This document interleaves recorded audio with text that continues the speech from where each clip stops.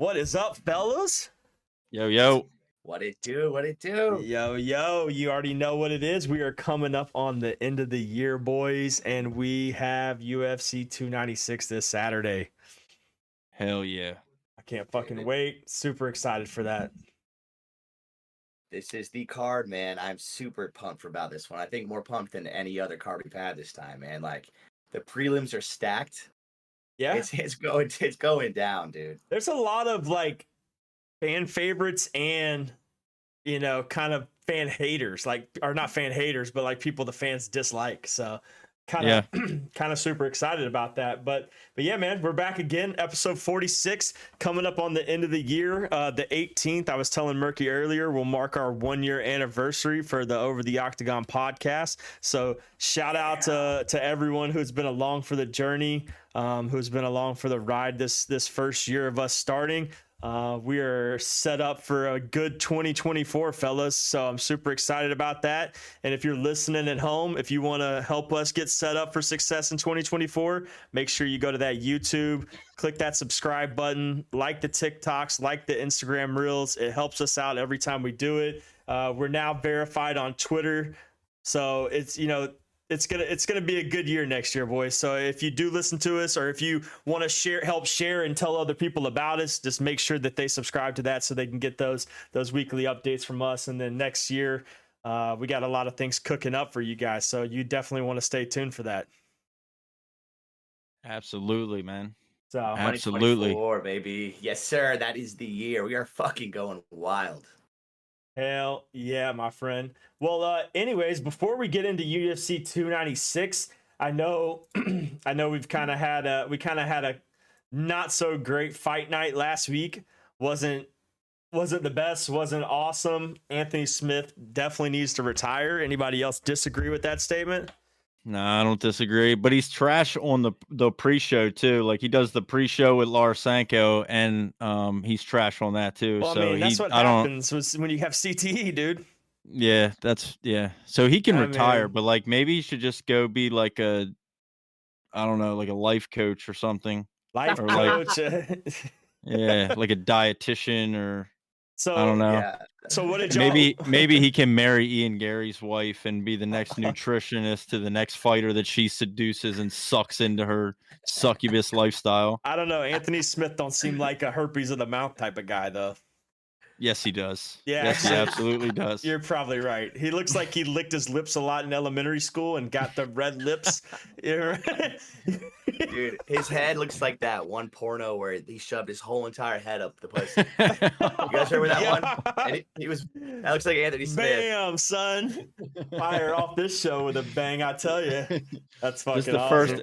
This is the first episode we had all three of us on at the same time. It's going to get fucking weird. I love it, man. We're starting off hot with some fucking head in the vajay.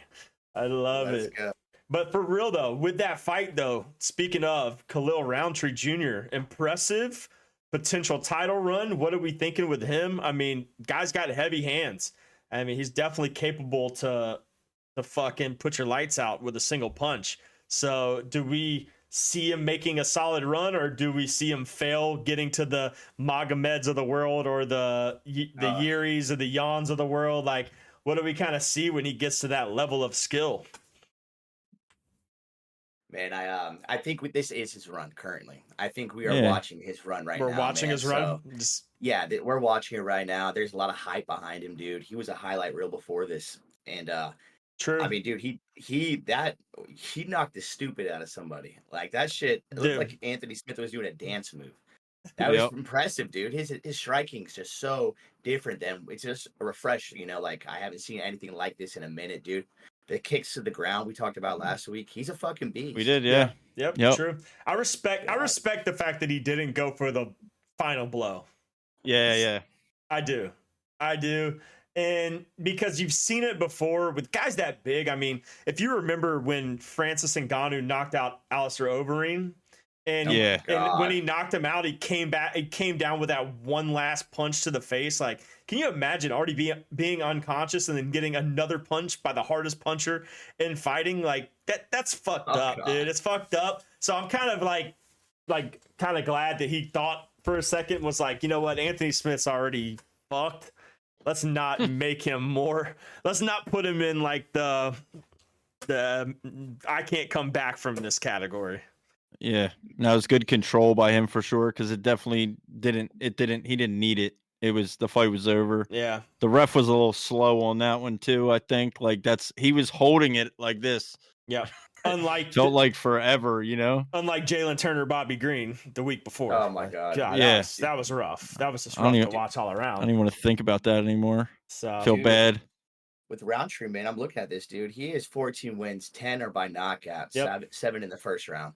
Dude, this guy is fucking dirty, man. He can shake up the light heavyweight division, man. I see him fighting like he could. I mean, yeah, there's room in that division for sure. Yeah, I mean, you got to look at the top of the division right now. You got a guy like Alex who is just. Oh, I mean, if we really put that, if you think about that's Alex, who he called out. I know that's who he called out too. Alex, there's no way Alex has that much left. To be honest, I mean, he's old. If you really think about it, he's in his late 30s. He's been kickboxing for years. He came in and did what he needed to do. He really doesn't have much longer in the UFC, in my opinion. I don't think he does. I still think he's one of the best high-level strikers, if not the best high-level striker in the UFC. But age takes a toll of you, man. Each year is it's gonna take a little bit of toll off his life. And if he defends that title one more time and wins or even loses, I don't know what more he can offer. If he wins, what more does he offer? If he loses, does he bounce back from that? Do we start to see a decline in Alex Pieta? But that's just how I'm thinking about this light heavyweight division, because a guy like him stepping up at his age, he beat a Yuri, but Yuri's still got plenty of time left in his career to win that belt back. You got guys like Jan and Magomed who still have time to win that belt back. Jan's a little bit older, but Magomed still has plenty of time left. And then now you got Khalil Roundtree coming in. So, I mean, it's like, what do we do here? And I think Jamal Hill still gets Jamal Hill the next shot. I mean, it was his belt, really, right? So you kind of almost forget about Jamal Hill because he's been out for so long. Hill's young, right? I think Jamal Hill's pretty young. Yeah, I remember right. Maybe 30. He looks young. Those guys will all be around for a while, for sure. Let's see, Tim Elliott, solid performance by him. I mean, I can't say that I'm for one. As good as a run he's had in the UFC, to still be able at his level, like to still be able to perform at that level, and then coming off of what could have been his biggest fight yet with Muhammad Makayev before this, and then coming in and putting on a clinic in this fight. I mean, fuck it, dude. I would love to see that fight once again. Like, give him a rematch, give him another good run at that bantamweight division, because he's feisty, dude. He's quick.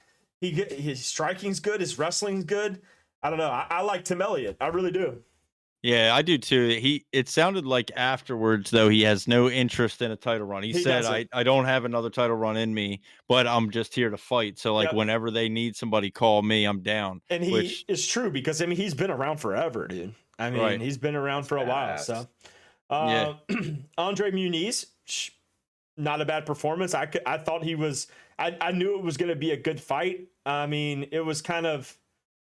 Muniz definitely looked better, in my opinion, but in the grappling sense, but not much in the striking sense. He just wrestled him for 5 rounds. He just out-wrestled him for 5 rounds. Exactly. So, but outside of that, I mean, Song Yadong didn't impress me like I thought he was going to. Oh, man. So, I mean, what do you do next with him? I don't know if he's going to be able to really make an impact in that bantamweight division. I think what we saw Saturday wasn't his best performance, and could have got a little exposed. So yeah, man, I feel like Sandhagen silenced all that hype too.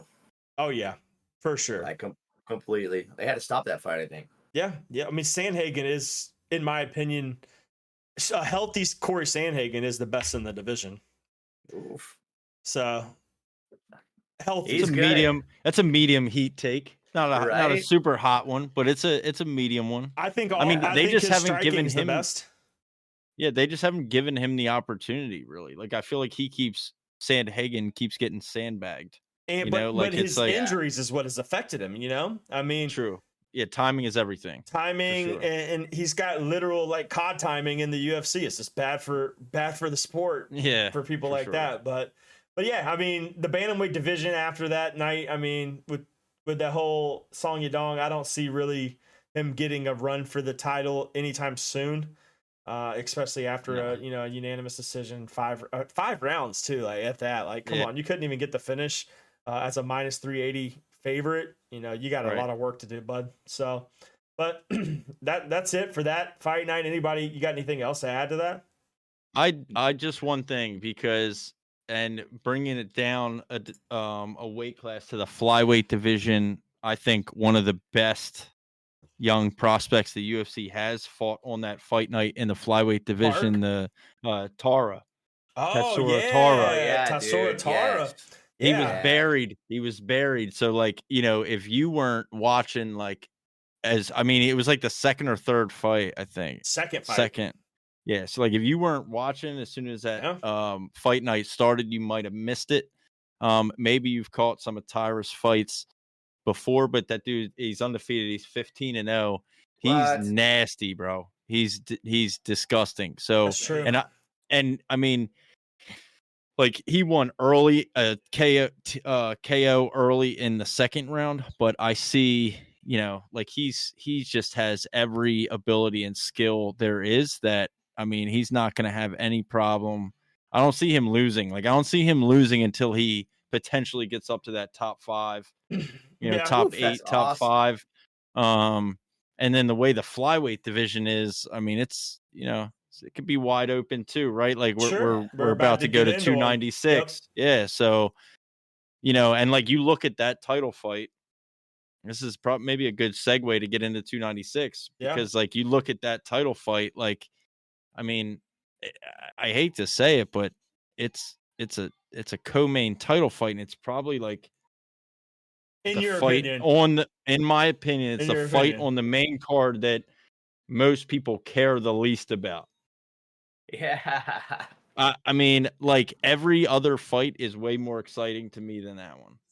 Yeah. That's just me. No, I can see that. I can definitely see that. I mean, my only all right, so we'll segue into 296 from that. I think I feel you, dude, actually. Like, Leon and Colby, I care more about.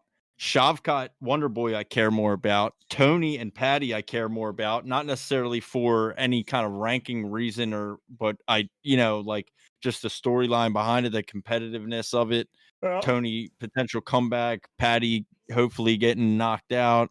Vincent Luque, Ian Garrett, same thing. Like, every fight has a better story behind it, is more exciting, it's more enticing, it's a bigger draw than Pantoja Royval. It just is. I co-signed the fuck out of that 100%, dude. And it's 100%. Crazy. Like, that's so crazy to say, because it's a title fight co-main event. There's so much stories. A major pay-per-view. But it's like, it's literally the least interesting fight on the main event. You got like Ian Gary, you find out he's a cuck. Tony's training with the fucking crazy dude. I forget David his name Goggins. Right you mispronounced his name. It's Ian Gary. Okay, Ian Gary. Shavkat, who's a fucking beast, and he's like, he's just told everyone that he eats horse burgers today. Like, he only eats horse meat where he's from. Like, I know. I did hear that. It was like, horse meat's the most delicate meat to us. We eat it all the time. Yeah, it's a little scary, but okay. Yeah, and then I really don't give a rat's ass about Panto and Brent. Honestly, I didn't know much about this Brandon guy. Of course, I did my research. I watched their original fight, but that one's the least on the tier right there. See, I agree. I like it because I feel like it's going to be quick and fast, and there's going to be a lot of scramble opportunities. There's going to be a lot of mismatched, like, clinch fighting in this fight. Almost similar to like what you see in ONE FC, where they're just like, or when Brandon Moreno would fight Davison Figueiredo, like, these flyweight fights are always high level. They're always entertaining. They're always fast. They are. And I think when you got a guy like Brandon Ravel, who's already lost to a guy like Pantoja, a guy who just won the belt, who has been wanting to win the belt, then you got two guys who really have one has nothing to lose and one has everything to lose. you put those two together, and then I think it's going to surprise a lot of people about how good the fight might actually be, in my opinion. Yeah, I agree. I just think and I know that they fought once and Pantoja won, but I think like I would have rather seen the Amir Abazi and Pantoja, but because he's kind of getting jumped over looking. But yeah, I mean, you're right. Every time we see a championship fight for flyweights, all of the fights between Davis and Figueiredo and Brandon Moreno always were entertaining battles. Yep. Kai Kara France is another one. Yep. Like, he was beating the shit out of Brandon Moreno until he got hit with that liver kick that he just folded on. Like they're so small, they're so fast. When you're that size and you deal with that amount of speed, like you have to just be so technically well-rounded. And you can't make the same mistakes, it's a split second, you're getting whopped. So yeah, I mean, not too many like crazy knockouts, but like being a wrestler and enjoying a fast-paced fight. Yeah. Like these guys that are small like that, they might not knock each other out, but they're gonna be going quick, and all it takes is that one, like I'm getting up out of my feet, spinning elbow, or that one catch that could leave these guys out cold. I mean, and they're small too, which makes the fast go by. I feel like the pace is going to be there. It's not just going to be a stand up, like, kind of control the distance, striking fight. It's going to be go, go, go the whole time. And then it's going to become an endurance fight at this point. That's what I was going to say. Yeah, that's what I was going to say was the pace too. The pace for flyweights is absurd. And I could totally see it going the distance. Yeah. I could. Yeah. I could see it going the distance. So, but all right, let's how y'all want to do this? Y'all want to talk prelims and early prelims first and then get to the main card last? Y'all want to do the main card first and then kind of like touch on the prelims, or what do y'all want to do? We can build our way up the prelims and end on the main card, I think. Because I definitely don't want to skip over some of the early prelim fights. I mean, we have Randy Brown's kicking off the card, which, I mean, ranked fighters, bro, on the early prelims. Great way to start the fight out. I mean, the fight card off, to be honest. And then you got Martin Boudet is, number 15th ranked heavyweight.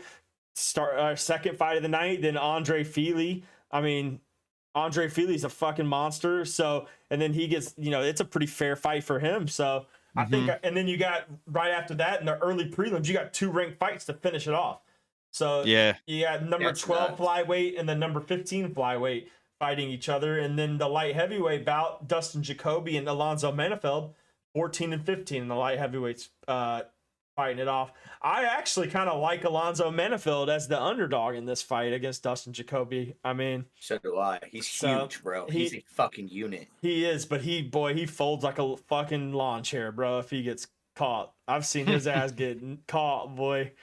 He's just one of those guys. He's a big motherfucker, but if he gets caught, he's out, bro. But if he catches you, same thing. But I mean, but Dustin Jacoby, I feel like Dustin Jacoby's been fighting for quite some time. I mean, he might be on kind of the end of his run, but at the same time, he's gone 3 rounds with Khalil Roundtree before. He's been around for a while. So he's been fighting in the UFC since 2011. Yeah, so quite some fucking time, right? No chin. No chin, Jacoby. He took a long break though, and he came back. So I don't know. I like Alonzo Menifeld as the underdog. That could just be me. But if I had to pick one, that's who I'm picking. I like him as plus 210. It's kind of nice, to be honest. Yeah, Alonzo Menifeld plus 210. I like that. It's fucking nice, to be honest. Yeah, I'm a fan. Nice. So now as far as the early prelims, those are the better fights. I think the Fili Almeida fight will be the best fight on the prelims. I think that's as close as a matchup as you're going to get. But as far as the prelims, though, now we're getting into some good shit. So we're starting out the prelims with Casey O'Neill and Lipsky. I mean, great. Woohoo! We're starting the night out with some ladies, baby. Who's not excited? Are you betting? Are you putting a bet down on women's MMA I'm again? Putting my house down on inside the distance knockout Casey O'Neill. Oh, dude, I've DM'd her before. You already know which way I'm going for this one. That's my shorty. I love it. Hell no, I'm never betting women's MMA ever again. Yeah. Ever again, bro. Worst decisions I've ever made in my life come from betting women's MMA. So if you're a true degenerate out there, I respect it. If you want to take and put whatever you want on women's MMA, but I'm telling you right now, I'm not fucking doing it. Yeah, we learned our lesson, man. Can't do it again. Can't do it. No. But I do like Casey O'Neill in this fight. I think Casey O'Neill still had a lot left in her. I mean, she was on a good run, lost. She's making her run back. I think she still got it in her. So, but anyways, now let's get into some good shit. Cody Garbrandt is back against Brian Kelleher. Cody Garbrandt, at any moment could be the old Cody Garbrandt and could literally turn this fight into a clinic, if I'm being honest. But then again, Garbrandt is also a guy who, if he gets caught, it's fucking out like a light. Right. So, yeah, his chin's gone for sure. Yep. I mean, Dillashaw took that from him a long time ago. Yeah, that's for damn sure. I mean, dude, he pretty much said retire. He didn't really just retire, but I mean, dude, there was something died within him with that fight, the second one especially. But I mean, if you truly go back and watch some of his old fights, though, like he literally looked like he couldn't get hit, bro. He was until TJ Dillashaw showed him what the fuck was up. Cody Garbrandt was an animal, bro. I mean, he was a champ, dude. And he was a good reason why he was. So I don't take his skills away from him, but I mean, his prime is far from there like it used to be. But he did look good in his last fight. He looked really fucking good. Yeah, he was on a bit of a skid, and he finally got back into the win column there. Yeah. So I mean, you get a good win like that, you get your mindset back on track. Who knows what he could do? I mean, I don't know about making a title run, but I mean, he could definitely shake up some fucking scenes in the bantamweight division. I mean, he's only 32. Yeah, right? I know. I mean, but he's only 32. But that's like saying he's 32 in dog years in the UFC. You know what I'm saying? The guy's been fighting for a while. His chin's been tested a lot. I mean, I agree. I mean, he's been a champion too. He's been the champ fighter, dude. So I'm ready for it. I want him to do it. I want him to set the fucking tone for this card, dude. If he does that off rip, the whole entire card is going to be insane. I agree. And he's the guy. He's the type of guy too that will go in there and put on a show and make it entertaining. You know what I'm saying? I agree. Yeah, people care. People still care to watch him fight. Like he still has a huge draw to him. Just that name. Yep. Like that name rings. Absolutely. You know, and people want to watch him fight. It's crazy that he's like at this point designated as a prelim fighter now. I agree. Insane, man. Yeah. But I mean, with a card like this though, you gotta really have a choice. You know what I'm saying? For sure. Yep. Absolutely. But and then I really wish he was on the stage tomorrow for the press conference. He's always always fun to have on stage. I remember some of his old press conferences. He was always entertaining, dude. It was fucking great. He'd always wear fucking suits and the sunglasses, and he just looked like a fucking boss up there. But so after him, we got a woman who literally just fought for the bantamweight title, who's now fighting on the prelims. Irene Aldana and Carol Rosa. So, I mean, I don't got much to say about that, to be quite honest. I mean, that fight's gonna suck. Yeah, I mean, whatever, right? Like this was one of the first fights, like I think, Dirty, when you and me started looking at this card, like as it was being built and announced. And then once we had prelims and early prelims and stuff, we were looking at it, talking about the podcast, everything. And it's like, damn, Aldana's on the prelims. I'm like, didn't she just fight for the bantamweight title? Literally fought. Like how do you like what? And maybe it's the same thing, like to your point on what you just said about Cody Garbrandt. Like this card is so stacked. Like, what were you going to put her on the early prelims? Headline it?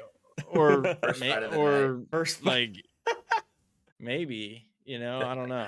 I mean, dude, you could have left that fight out, and not one person would have blinked an eye and been like, "Fuck yeah, I can't. How could you take off Aldana? What are you doing, UFC?" And not one person would have said that. Dude, I forgot she just fought for the title, to be honest. That's like if they it was put Nunez's retirement fight. God damn. Uh-huh. Holy shit. That was this year. I mean, that was in June. Literally. That's insane. Mm-hmm. That's insane. And she got beat to a pulp by Nunes, and Nunes just like, I'm out. Peace. Yeah, she deuced. Maybe her and Bilal Muhammad can fucking fight each other for the world's fucking biggest losers. Bilal Muhammad? Jesus. They just get married or something. Yeah, right. You know what I mean? I don't know. Bilal's a fucking weirdo. Yeah, he looks like one of the bad guys from Aladdin or something. Speaking of that, did you see in the media day today, like they asked Colby Covington about Bilal? So Bilal is officially the backup fighter. I saw that. The title fight with Leon and Colby. And Kobe, and they asked Colby, does that mean that Bilal gets the next title shot? He was like, hell no. Hell no. Yeah. What has he done to deserve it? Yep. You know. Well, what the fuck has Colby done to deserve it? To be quite fair, but yeah. So I guess to his point, I guess, I'm not sure what he was referencing, but he made a comment suggesting that Bilal basically was saying that Colby, the only reason Colby's getting this shot is because of white privilege, that he doesn't deserve it, and Bilal does, which is his whole shtick anyway, right? He's such a loser, bro.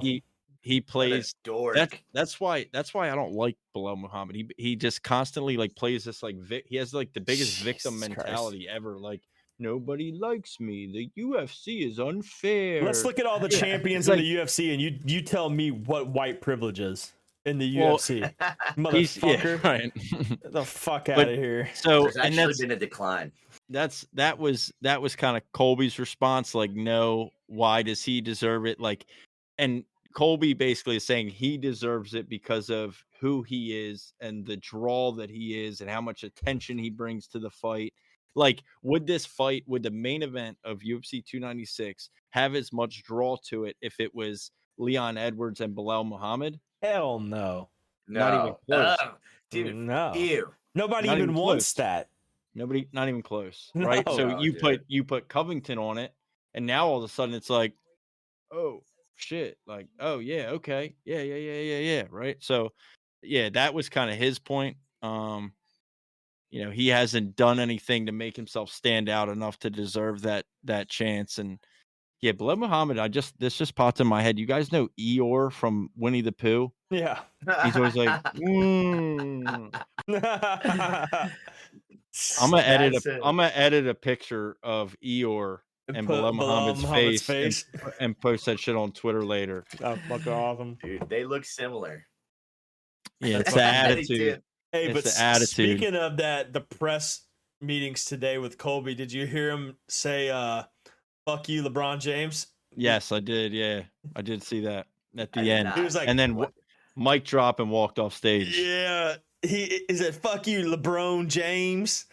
Or however he called him. Yeah, because he was like, if you don't like America and you want to support those fucking Chinese and the sweatshops and you got all these brand deals and all this stuff, how about you just go to China and fuck you, LeBron James? And he fucking left. I'm a fan. I was like, holy shit, dude. He got so much heat from that shit. It's awesome. He doesn't give a fuck, and he was like stuttering through that too. Mm-hmm. It was like, it was so weird. I was like, what is he like drunk on stage right now, or like what's going on? That show was funny. The dude showed up in a fucking suit with Donald Trump's mugshot on the back of it. It said, "Make America Great Again" on the sides. I'm watching this right when we're done. You have to, bro. Oh my god! As much as I think he's a imbecile, that shit's kind of funny. Dude, I mean, he is a jackass. Like, he's anytime a guy will get on stage and say "fuck you, LeBron James," I love it. Yeah, I love it. He tried to get Donald Trump to walk him out, and Dana White said no. Yeah, Dana White wouldn't allow it. Well, what they are going to allow put the belt on him. if Colby wins the belt, Trump's gonna put the belt on him. Could you imagine that though? That's pretty fucking historic, if you ask me. I mean, yeah, it's a fucking president. Like, I know not only that, but the most controversial president in the history of America. Right. And I know that's like that. The controversy itself takes away from the fact that he literally was the fucking president of the United States. Exactly. Like, I don't like. You just got the fucking belt, UFC, the baddest belt you can wear, put on you by the president of the United States. Right. Yeah. So it's fucking crazy. That's wild, dude. That's a pretty fucking historic moment, if you ask me. I don't care who the president was. I mean, fuck, dude. If another person won, and I mean, I'm not even gonna say Biden, because he probably couldn't even fucking put the belt on you. He'd probably fall over. He couldn't get up the steps to get into the octagon anyway. He'd fucking, the ref would be checking him for knockout procedures if he walked into the cage. But like, if Obama put a belt on somebody, you know what I'm saying? Like, that shit would be historic as fuck, regardless of who the president was. But it's huge. That's pretty wild. So if that does happen, which I don't want it to, that shit's crazy. Yep, for sure. All right, so we got a little sidetracked, but anyways, we'll wrap it right back in. Finishing off the prelims, a banger, boys. We originally had Josh Emmett and Giga Shakidrick. And, you know, obviously he's out. So Bryce Mitchell stepped in. There's no way that's how you say that name, right? There's no fucking way. Yeah, it is. Say that again. Giga Shakidrick. There's no way, bro. There's no way. Shakidrick. There's no fucking way. I mean, I'm sure there's a little bit of slang to it, but I mean, Giga Shakidrick or Shikadidrick or however. This got to be, right? Giga. All right, so Giga. Yeah, it was supposed to be Giga. Yeah. I'm telling you, we're going to look that shit up, actually. Fuck that. We're looking it up. How do you pronounce it? Out. Giga would be cooler. Well, that's his first name. Oh, that's Giga for sure. Giga Shakidze. Shakahidze? Giga Shakidze. Is she Kadze or Kadze or however? I don't fucking know, but it's definitely right. Whatever I said. Fuck it. Shakidze. Yep, nailed it. All right, dude, you got that one. Good job. I guess you're right. I feel like you're wrong, but I guess you're right. I mean, I probably didn't pronounce it right, but I definitely was in the right realm of the lingo. Close, you know what I'm saying? Close enough. We're just going with close enough now. Yeah. But anyways, I think the fight got a little more interesting. Josh Emmett now with a name, household name like Bryce Mitchell. I mean, if we get to see the Bryce Mitchell that we just saw do his fucking crazy shit, I want it, dude.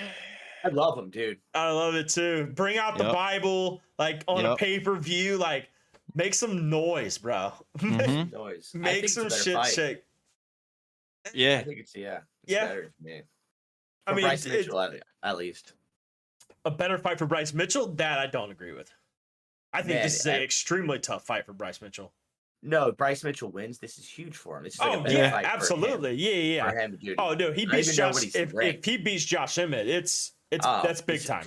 I mean, I get, again, like he just beat Dan Ige, right? And he was on a tear before he ran into my boy Ilya Topuria. Yeah, that's true. That's a different. That's who stopped him. Yeah, that's a different breed.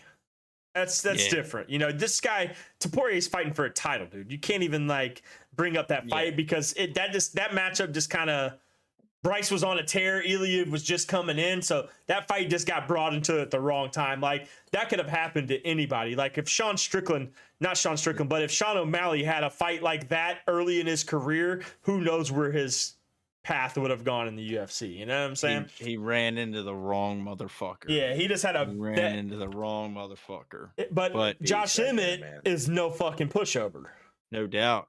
No doubt. So I mean, I know he's old, and I know I know he got the loss to Ilya. And I know, but Josh Emmett was fighting for a title earlier in the year. Correct. He was fighting for the interim title. Right, let's not forget that. So yeah. Yep. No doubt. He looks like he takes 10 shots of testosterone a month. Doesn't he, man? That dude is jackly ripped, and he gets away with it. Like, him fighting featherweight is wild. Like. Yeah. He's jacked, bro. He's jacked. Fucking jacked. So, but my biggest thing with him is like, how much more does he have left? You know, yeah, he is on a he's been fighting for a while. He's had his run. Do I think he's there? He's gonna make a title run again? No, but this fight could be a true test for definitely for Bryce Mitchell, but the same for Josh Emmett. I mean, if Josh Emmett can't beat Bryce Mitchell, then Josh Emmett might not ever see a ranked fight again. There's definitely more to gain for Bryce Mitchell than there is for Josh Emmett. Oh, for sure. Like, if Bryce Mitchell beats Josh Emmett, who's the 6th ranked, now obviously like Tapourier's ranked 5th right now, I guess somehow, and is fighting for the title next. But that seems obvious. But like, where does Bryce Mitchell go? Right? Like, he beats the 6th ranked guy. Like, do you give him Giga? Does he fight like a Arnold Allen? I mean, that's a bad matchup for Bryce Mitchell too. I feel like, you know, but Arnold Allen's pretty damn good, man. This whole division. I think Josh Emmett, if he beats Bryce Mitchell, you put the fight against him and Arnold Allen, and then you put the loser of Ilya and Volk against Yair, and then Max Holloway gets the next title shot. Right. Well, Max may be fighting Aljo. Oh yeah, that's true. I heard that would be fucking awesome. Well, yeah, if that's I agree. the case, I then hope that's gonna be a number one contender fight, 100%. Yeah, it would have to be. I mean, that's exciting, man. I love that. I hope because that happens. If let's just say that if Volk stops Ilya, that's bad for Ilya's run. Yeah. Well, yeah, obviously, yeah. Yeah, that's bad. He's undefeated. He goes back a little bit. He goes to probably 4, 5, and you know, then he's gonna have to fight twice to get back to a title shot. Yeah, probably, because there's just too many people in line in that division. That division's deep. I mean, you got Yair, who lost to Volk. You have Max, who's lost to Volk. You have Arnold Allen, who's lost to Yair. You got Josh Emmett, who's lost to Yair and Ilya. Ilya hasn't fought neither one of Yair or Arnold Allen.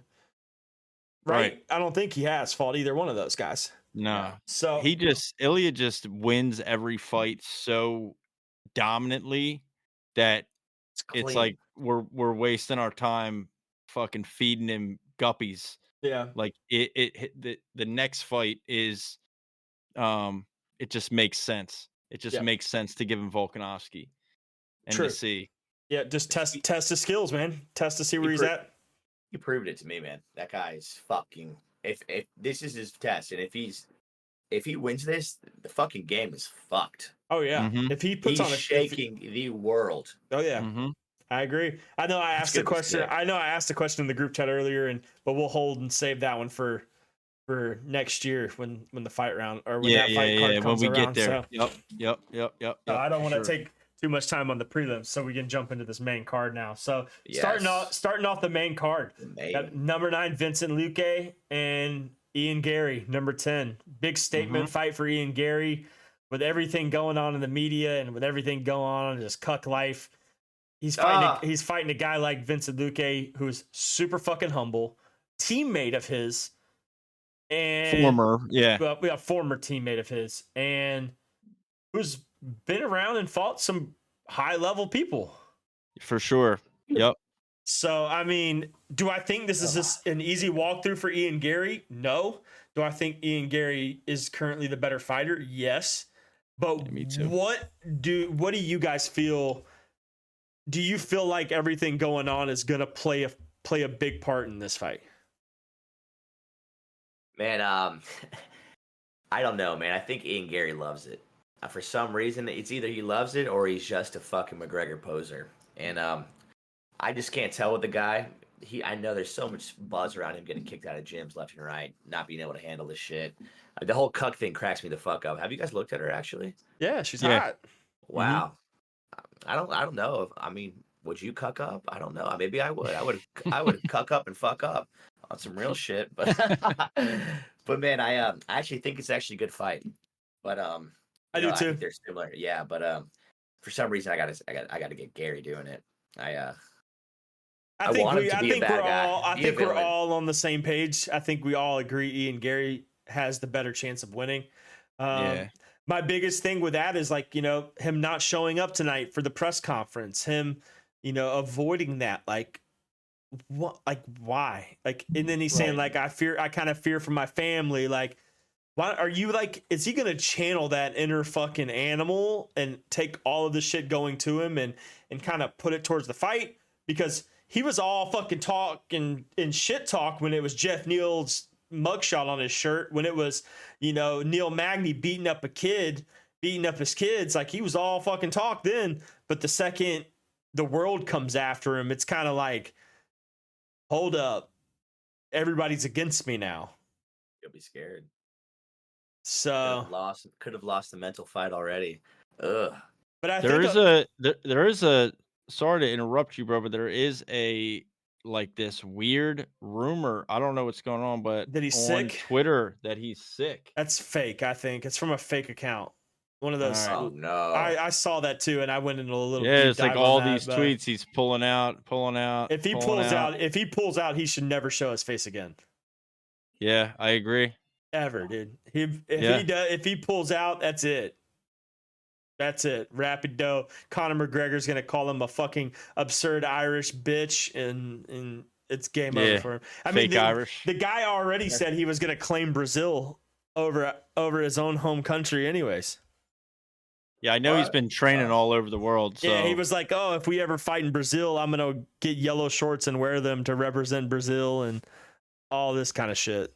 He's a weirdo. He needs to shut up. Conor McGregor would never, Ian Gary. Grow the fuck up. You loser. Oh. Yeah, but I definitely have him winning this. Yeah, I do for sure. I agree. I think he wins. Did you guys watch the video? No. The hype video that he posted? I didn't want to. Man, no. I'm not gonna lie to you, bro. Shit was fire. His striking is very cool to watch, man. The way he corkscrews his punches, man. He makes people bleed.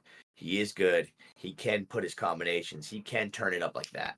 And the dude's a beast. I know he's a beast, man. I knew he was gonna win this one, but somebody's gonna stop him, bro. Social media might fuck you up, man. Who knows? He gets hit. He gets hit a little bit too much. Like, he's been in a couple really dangerous situations because his defense just isn't there, and he gets cracked. I agree. And I don't know if dude, maybe Luque's the guy though, right? Like, yeah, like if you let Luque crack you, or you get somebody, as he kind of goes up the division that with some serious power. I don't know. That's a problem. Patty's the same way though. Like, Patty, like, fights like with his whole fucking chin in your face. Luque beating RDA. That was a big fucking win. Yeah. Big win against a former champ. Like, you can't really say much about that. I mean, you got to give him the credit. And he has 13 first round finishes, dude. That's insane. That's insane. And he's got the capability to do what a lot of people don't think he can do. So keep an eye on that. I still like Ian Gary, but at the same time, if Ian Gary does end up getting flatlined, I will probably chug a beer. Immediately. Beer's chugged immediately. So, and then next up, my friends, I think this is kind of everyone's kind of make a wish card or make a wish fight, but it's like the guy who everyone is against versus the guy who everyone loves, and Tony Ferguson versus Paddy Pimblett, man. Who's gonna carry the fucking boats, Dirty? Who's gonna carry the fucking boats? You don't know me, son. You don't know me, son. I love it, dude. I wake up every day and tell that bitch inside me to die. He's a monster. If he corners it, it's over with, man. He is cornering Tony Ferguson. He's with him now in Vegas. He was with him all day today doing all of his media shit. That's scary, bro. You saw Tony? I've already seen my victory. I visualized it. I put that video out on Twitter today. He was like, where he said that, and that's cold, bro. He's like, he said it the last 5 fights, though, man. Yeah, but dude, if you really think about who he's fought, though, like, come on now, dude. He fights the best of the best. His last 5 fights were against the best of the best. This is a step down, a tremendous step down in skill level than what he's fought for before. It, dude. Yeah, like I agree. I think people like are Patty, really though. they love Patty, but they're really underestimating the true skill level of Tony Ferguson. I mean, dude, at one time he was one of the best lightweights in the world. Baddest dude on the planet at one point, dude. I mean, I love him. He was still Ninja Turtles. He was still talking about Khabib ducking him today. Yeah, he was talking about Khabib ducking him. Yeah, like, Khabib retired because he didn't want to fight me because he knows I got the answer. Yeah. Mm-hmm. So it's gonna all come down when Paddy Pimblett tries to get that first takedown and Tony Ferguson gives him a shuck and shucks his face into the freaking octagon and spins around him, and then Paddy's gonna be like, oh fuck, what did I do? Why did I accept this fight? And then the crowd, dude, if Tony Ferguson wins, that crowd is gonna go ballistic, it's gonna be, bro. He's gonna win. A knockout by knee, Tony Ferguson. Just shoot on me and just fucking bury his head in there, dude. That's actually, I like that. Yeah, dirty, right? I see it. I see it. I can see it. I can totally see it. That would be sick. So what happens if Tony Ferguson wins? Paddy Pimblett, hype done forever, right? Yeah, I mean, he's a bum. Yeah, he fights Holly Holmes next. we'll have UFC 300. Misha Tate, Holly Holm, Paddy Pimblett, fatal 3-way in a steel cage. And Bilal Muhammad as the co-main. Yeah. Oh. Might as well give him into a tables, ladders, and chairs match. Lingerie match at this point. Oh my god. Yeah. But yeah, it's dude, the only way I'll watch him. I'm really excited for this, man, because the whole world wants Tony Ferguson to knock him the fuck out. Yeah, it's a lose-lose for Paddy, really. It is very much a lose-lose for Paddy. He beats an old beat-up Tony Ferguson, or he gets beat up by an old beat-up Tony Ferguson.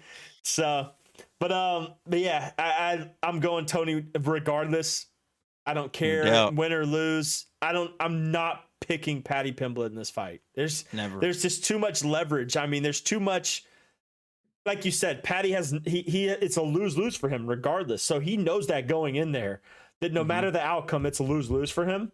Tony Ferguson wants to fucking eat this guy for lunch and breakfast, dude. His mentality is there. He's ready to die in that octagon, and he's always been that type of person. So a guy like Paddy Pimblett is not scaring Tony Ferguson at all.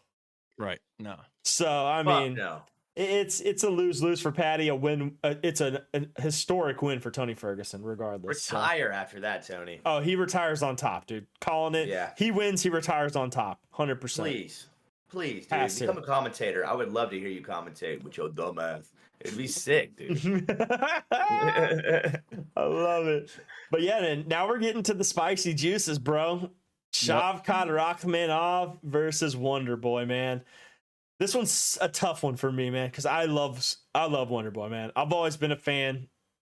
Growing up as a kid, he was always one of my favorite fighters. Like, in high school, late high school, I always loved Wonder Boy, man.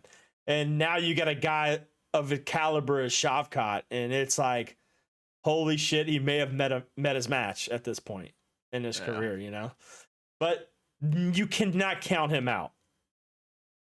He may be old, but he's fresh, dude. He's not taken a lot of crazy damage in his career. I just personally like Shavkat a lot. I do too. I do too. Not even Shavkat is so well rounded. Oh yeah. You know what I'm saying? He's extremely well rounded. I've covering him this whole entire year, man. I've been fanboying him, dude. I think he's fucking sick. Dude, he's still undefeated. I think he's got so much to say in this division, bro. Yep. Yeah, he's undefeated. Jesus Christ. Oh, you give him he wins this fight, he's right up there for a title shot. Absolutely, man. And I see it happening. I see this being a passing the torch thing. I think Shavkat's too hot right now. He's too young. And this is going to be that defining moment where after this, man, you could give him a number one contender fight. You could give him a title shot. If shit happens where the number 2 and 3 are fighting each other, then shit, you could randomly get a title fight. That's how the fucking game works now. And it's so good. It gives people openings instead of waiting 2 years to get a fucking title shot like back in the day. It's very crazy to me though that he is the heaviest favorite on the card. I don't think it's that crazy. That's what I was actually just looking at odds. That FanDuel has him as a minus 720 favorite. Shavkat. That's wild. Yeah, that's huge. I mean, that's huge. I think he wins by submission. Submissions plus 140. I might even go like a little method and round combo, like the thing I like though, Shavkat submission round 1's plus 430. The thing I do like though about Wonder Boy is win or lose, he's gonna go out humble and he's gonna go out. Yeah, he's class act. He's a class act, dude. He's one of the best to ever do it. He's one of the most humble guys that's ever been in the UFC. If he does lose, he'll have no problem congratulating Shavkat. He'll have no problem passing the torch. He's the same type of guy that would go and retire and then go and train with a guy that just beat him to make him better. You know, that's just the type of guy he is. So, but mad respect to Wonder Boy. He's always been one of my favorites, but I definitely love this passing of the torch fight. It almost seems that way. But then again, Wonder Boy is still ranked top 10. And if he does pull it off, what's next then? Like, what do you do if he beats Shavkat, dude? That's the question. Burns again. That's the question the UFCs don't have. I think that's questions the UFC doesn't have an answer to. Like, what happens when a guy like that upsets a guy who's so hot and has so much potential to be a champion? Like, what do you do at that point? You know? Wonder Boy's not super active. No, he's right? Not. So like, Fresh. it would be unfortunate for Shavkat if that is his first loss, because like you're not going to get that one back probably. Nope. He's Wonder Boy's 40. Yep. You know what I mean? So like, Jesus, he might go out. He might just go out on top. I was watching the UFC embedded video, the first one that came out on YouTube, and he's like teaching karate at his family's karate school and shit. You know, I think, I don't know. So, but I don't really see him making too much of like a serious run at 40 years old. Nah, I don't either. Fuck no, man. I envision this fight. We're 2 minutes and 50 seconds left in the third round. Wonder Boy and Shavkat, center of the octagon, this swinging away, going out with a bang. Going out blazing, huh? Going out blazing. It's hard to finish Wonder Boy, man. It is. It's hard to finish him. Dude, he's good. That's what I'm saying. He hasn't took that crazy amount of damage like that. Oh man, so, I hope he goes out with a bang. I mean, honestly, we could see a couple retirements on this because card. When Shavkat fought Jeff Neal, he got caught a couple times. Mm-hmm. Oh yeah, and there were times where he got rocked a little bit. But then again, it's Jeff Neal. Jeff Neal, in my opinion, in that division at one point in time, if not still, is one of the best boxers in that division. Like his striking, his power, and his boxing is very elite. I mean, fuck, dude, didn't Bilal fight Jeff Neal? Probably. Yeah, probably. Let me see. No, I could be wrong. Yeah, and Jeff Neal beat him. Yeah, he beat Bilal back in 2019 by decision. Okay. So, and then he knocked out Mike Perry. Wonder Boy beat Jeff Neal.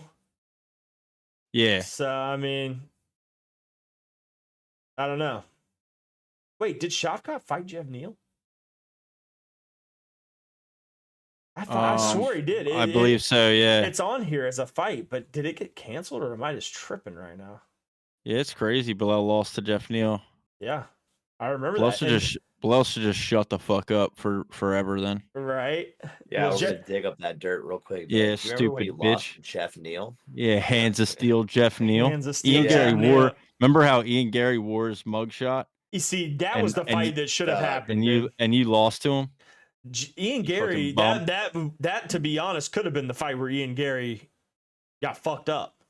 Yeah, for sure. So, this is I think a harder fight for him. You think Luque is a harder fight than Jeff Neal? I don't know, man. Yeah. How old is Jeff Neal? Jeff Neal old too, I think. Yeah, but Jeff Neal, man, his striking is high level, dude. He's fucking good and strong, man. I don't know, but I like that. I like the matchup. I like the Luque matchup. Luque sounds like a humble dude, and I hope he humbles the fuck out of Ian Gary. So, but anyways, now we're into the co-main. Pantoja and Brandon Ravel. This is, you guys say, is the weakest fight on the card in the main card? No, never said weakest. Yeah, we didn't say weakest. In the main card. Least interesting. Least interested because there's no bad blood, no crazy. Oh, there's definitely blood. There's definitely bad blood. This could be very well the fight of the night. That's what I'm saying. For sure. But I'm saying, but what are you more excited for? All the other ones, for sure. Yeah, I went down the whole line, asked you every fight. Are you more excited for Leon Colby or Pantoja Royval? Oh yeah, obviously I'm more excited for Leon Shavkat Wonderboy.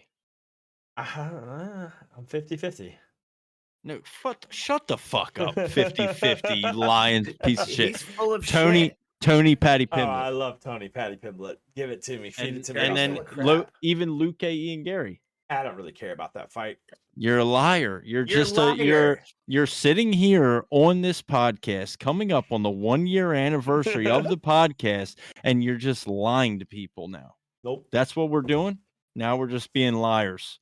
You're right. It's a fucking shitty fight. More Ian Gary video clips all day than anyone has. He's just right. stand for Ian Gary. Yeah, he is. Hell no, I'm not. Yeah, you are, dude. No. He's got his card, dude. He's got a signed Ian Gary card in his collection. I know it. No. You read the Cuck book today. I know you read the whole entire book. I'm gonna read it. It's called Being a Wag. No, I'm just kidding. Yeah. I do like the Pantoja. I do like the Pantoja Ravel fight. There's bad blood there, though. I mean, Pantoja's already beaten. He's beaten Ravel before. Ravel wants the rematch. He got the rematch.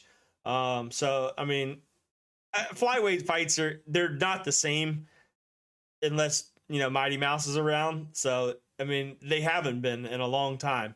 Even I mean, we got a 4-fight quadrilogy or whatever the fuck that word is. Oof. Between fucking Figueiredo and Brandon Moreno. Right. And so I mean, it's been a dead division for a long time. So it's kind of good to see fresh blood and fresh faces fighting for that title. So. I'm not saying that. I have no doubt it's going to be a banger. Flyweight fights, to your point earlier, flyweight fights always are. Yep. It's going to be a good fight. Like Nasty said, it could be the fight of the night for sure. Good. All we were saying in the beginning was it's the least interesting. Yeah, I know. It's the least interesting, which is like wild. That's such a wild thing to say about a co-main title fight. I mean, but that's just how stacked this card is. Everything about this card is just so fucking interesting. I tell you right now, it's better than having a fucking women's co-main. Oh god. So it's definitely better than like they could have really fucked up and gave a Shevchenko Grasso 45. And or like why not Juliana Pena and Aldana? Yeah. Oh, Juliana Pena all day. Yeah. Dude, Pena's gonna get fucked. I mean, I thought that whole division is fucked, dude. Tatiana Suarez is about to hold that belt and hold that strap for a long time. I agree, yeah. She's a beast. All right, man, main event time, boys. Main event, boys. I know we're all I think we're all on the same page in this. You don't know that. I want to hear it. Let's go around the room. Start with Murky, and you're next, Nasty. Who do you got? Leon or Colby?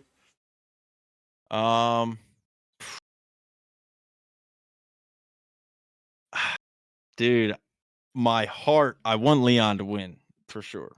I want Leon to win. I just have this weird feeling that Colby gets it done. I do. I do. I hate to fucking say it, but I do. It's something about, like, I don't know. It's just he's just a different fighter, but then again, the last fight we saw Leon fight, who he beat the guy twice that Colby couldn't beat. Right. And now Colby's taking this long layoff. So I don't know. I want Leon to win. I think Leon can and hopefully will win. I just think I have this weird thing brewing here that's like, fuck, dude, Colby's gonna fucking snake this shit out. Cause now Usman's like not in the picture. Colby's like a little fucking rat that came out of the gutter all of a sudden, like, oh, don't forget about me. Oh, Usman's not around. I'm back, bitches. Like, little fucking he's like a little like a roach.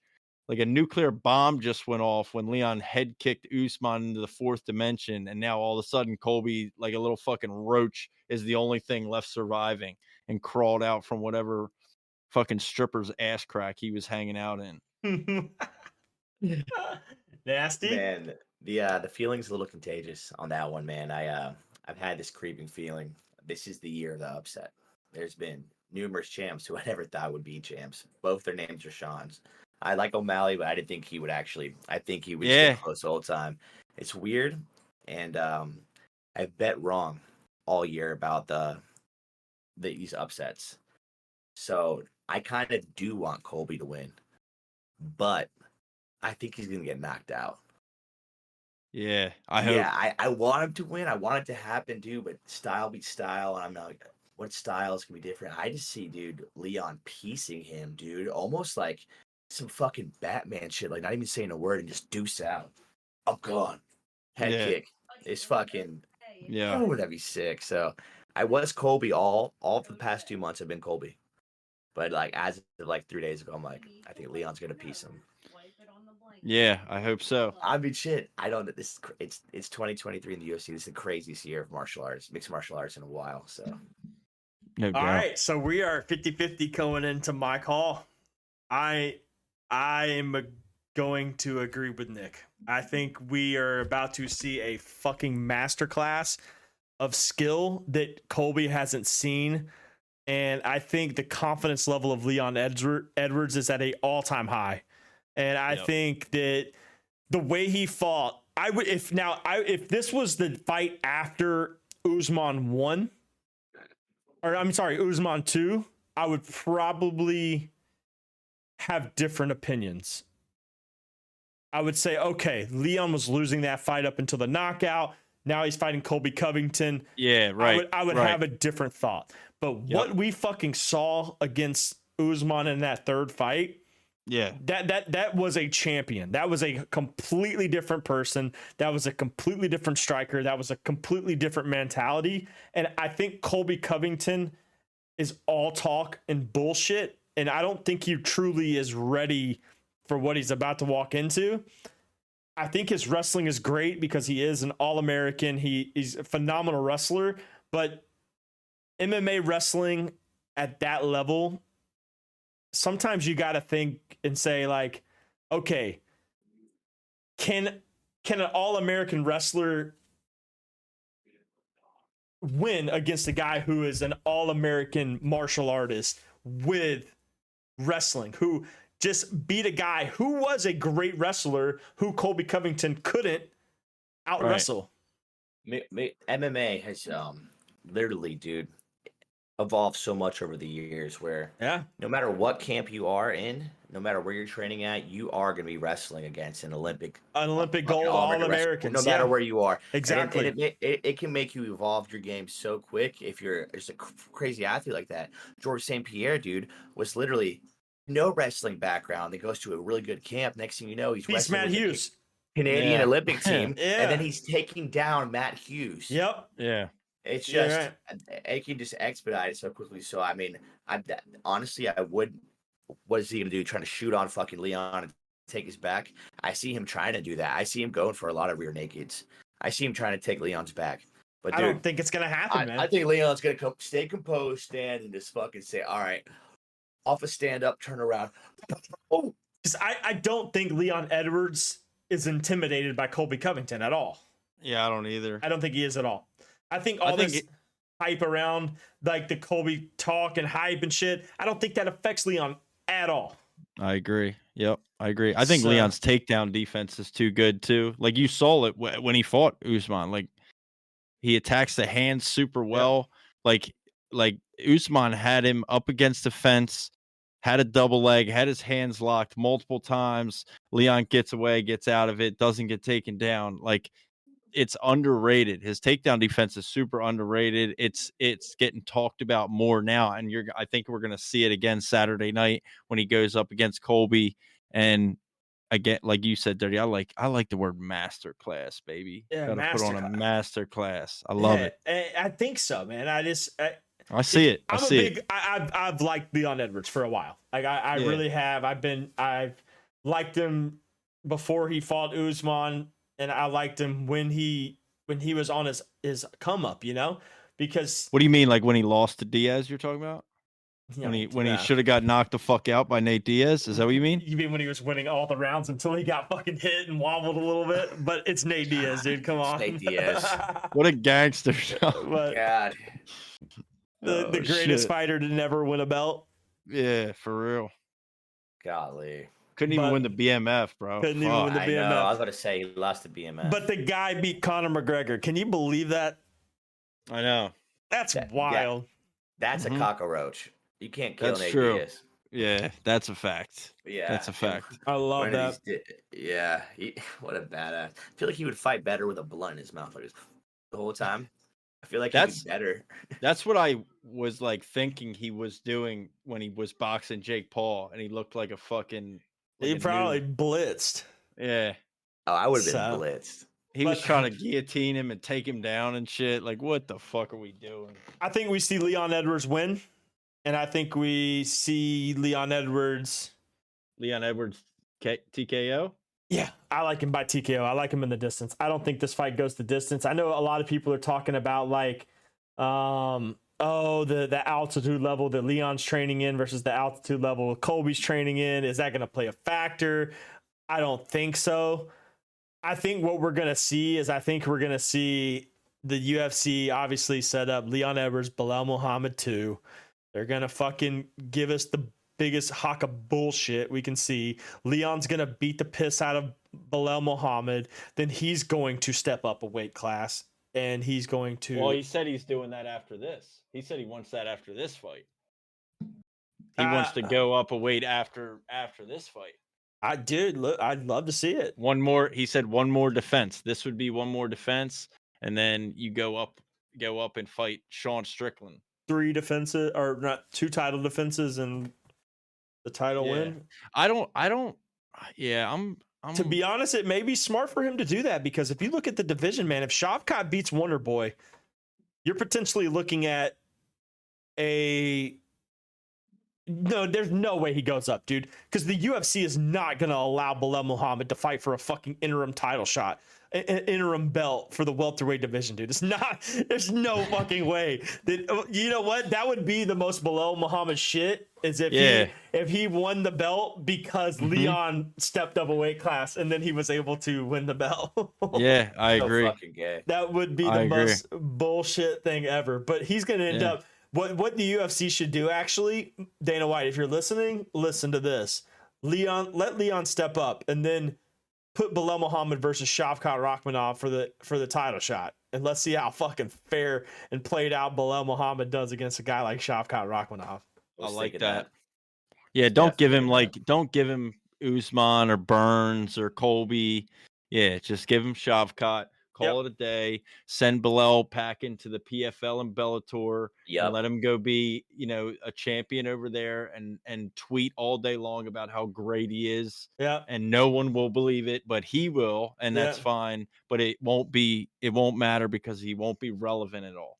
So let's just make that shit happen. I think what we're about to see, boys, is we're about to see exactly what we saw when Henry Cejudo came back and fought Aljamain Sterling. It's exactly what we're going to see with Leon Edwards Colby.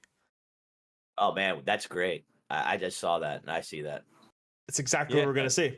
Colby's going to lose. Colby's going to be the Henry Cejudo. He's going to fight for the number 1 contender fight again, except for this time he's going to have to fight Shavkat Rakhmonov, or he's going to have to fight Gilbert Burns or Belal Muhammad, and then it's on from there. He's gonna shoot about 20 times. 100%. So what's the over under on how many shots? Yeah, he's gonna be running for a takedown. We got props on that. I did see a prop though that was, will there be a point deducted in this fight? It was plus 2,200. Because Leon Edwards has had points deducted in fights before for grabbing the fence, grabbing the gloves, like. If Colby gets him in a weird scramble and Leon tries to get up and grabs the fence, Could we see a point deducted Leon's way? Do I think it's going to happen to the champ? Highly unlikely, but Herb Dean, motherfucker. Never know. Yeah, you never know. Dean. You never know with the props. Yeah, you just so don't. Herb Dean's reffing the main or the main, and Mark Goddard's refereeing the co-main. Nice. So Okay. 2 legends. So can't really beat it. Can't beat that. But yeah, I like the bet though. I think it's like plus 300 for Leon by KO TKO. Yeah, I like it too. I like it. All right, fellas. Run that. Fucking hey, UFC 296 is last pay-per-view of the year, last fight card of the year, and then we start fresh in January with a fight night. Magomed, Johnny Walker. Yeah. So, I mean, we got a good year ahead of us, my boys, and it was confirmed today. I'm looking at the first fight card of the year. If Jim Miller is confirmed to have a secured spot on UFC 300 per Dana White, Right. So hell yeah. But yeah, man, that's all I got as far as the fight cards. Any other news you got off the top of your head, or anything you guys want to add? I know we're gonna be doing a special episode next week, just kind of like a yearly recap, just kind of fucking shooting the shit, talking about all the fights throughout the year. Kind of enjoying the fun, little Christmas special for everyone. So stay tuned for that. But as far as MMA news, I know they had a lot of announcements last night. A couple of fights getting announced. I think it was more on 298 and 299, right? Marab versus Henry Cejudo got announced. Yeah. Tai Tuivasa and Tai Bora got announced. Amanda Lemos and Tatiana Suarez got announced.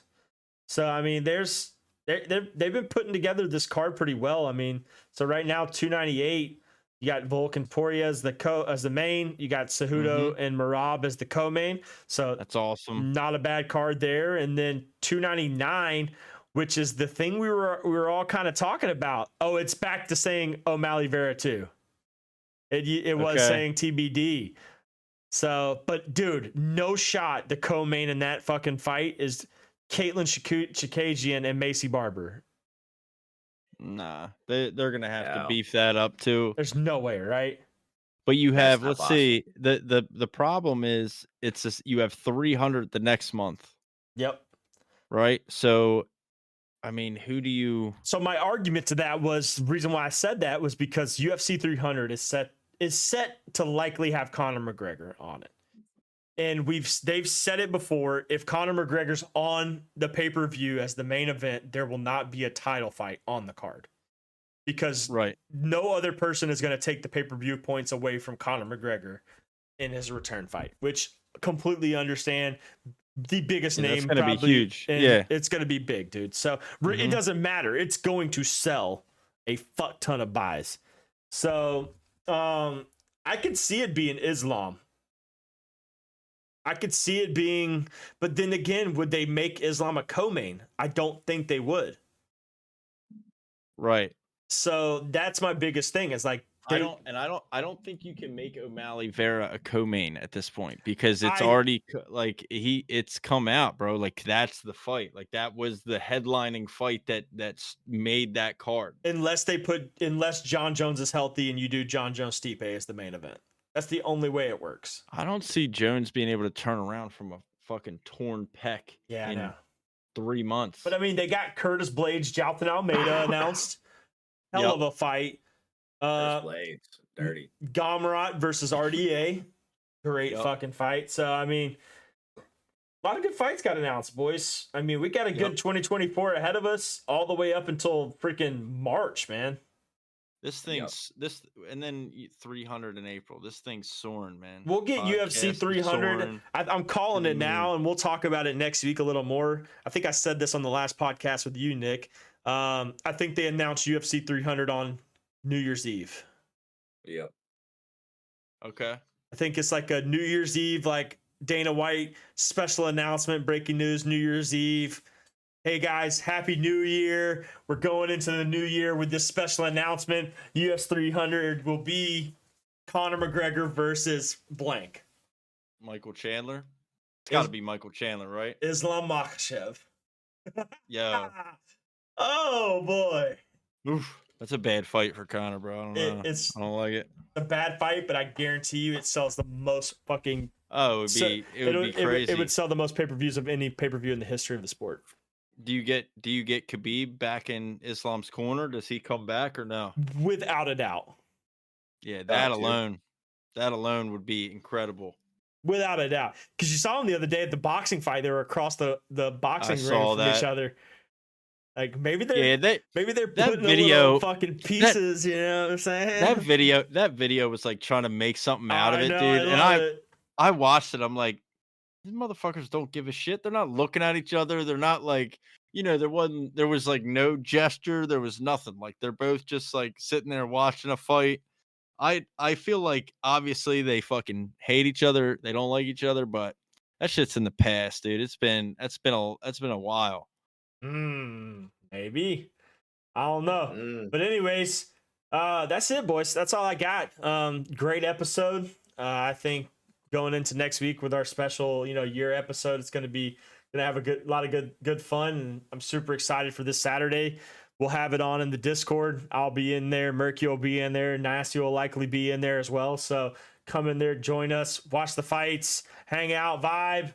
But that's all I got, boys. If y'all ain't got anything else, we can wrap it up and then we can catch back up on Saturday for fights. Yeah, man. No, I'm down. I'm definitely gonna be in there Saturday. And before we wrap it up, just another reminder, man. We're fucking grinding. Yep. Next year for the UFC is gonna be lit. Hopefully we can get some more fighter interviews. Do a bunch of other cool shit like we got to do this year. Even better, bigger and better, and continue to grow. Take this thing to the fucking moon. And I'm just excited. So like if you're listening to this audio only version, people on Spotify or Apple or Amazon, wherever you're listening to it, fucking log on to your YouTube app on your phone. You know what I'm saying? Slide over there. Like, maybe watch a couple little shorts, right. Hit the little subscribe button, the sub button. ring the little fucking reminder bell and get some notifications for the kids. There's this past week, we had 2 videos drop a day. 2 videos came out every day, the entire week. Our plan, at least my plan, I know your guys' plan, to keep that going. So if you're not on the YouTube train, get on the fucking YouTube train. If you're not on the Instagram train, get on the Instagram train. If you're not on the fucking Twitter train, get on the fucking Twitter train. Tickets are free. They're cheap, for fun and for free. They give that shit out like it's nothing. Let's go. Cost $0 and 0 cents to support people that are passionate about shit, that love this shit just as much as you guys do. So, fucking get on or get run the fuck over, baby. I don't know what else to tell you. Let's go. I love it. Well, all right, boys. That's good episode. And then I'll catch you guys on the fucking flip side. Ooh. Salute, baby.